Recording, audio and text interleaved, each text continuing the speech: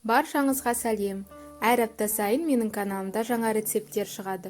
Сол үшін менің каналыма тіркеліп алыңыз. Ал бүгін сіздермен жасалу жолы өте оңай шоколадный пирог дайындайтын боламыз.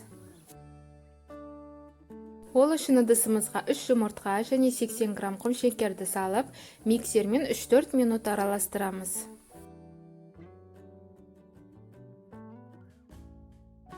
Елу миллиграмм сүт және 30 миллиграмм өсімдік майын құйып, тағы да миксермен араластыру қажет.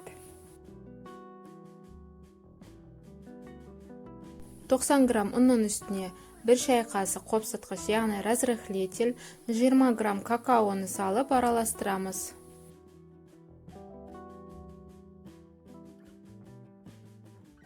Дайындап алған сұйықтығымыздың үстіне ұнды илеуіштен өткізіп аламыз, сонда бисквит жақсы көтерілетін болады.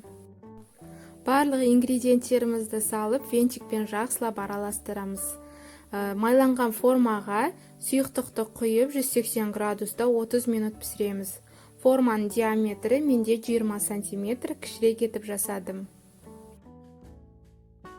Баяу отта 30 грамм сары майды және 80 грамм шоколадты салып, үздіксіз араластырып отырып, ерітіп алу қажет.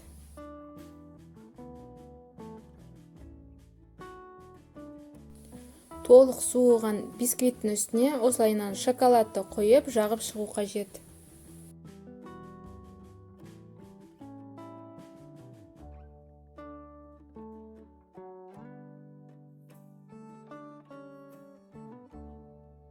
Пирогтың бетін осылайынан үгітілген жер жаңғақпен әрлеп шықтым.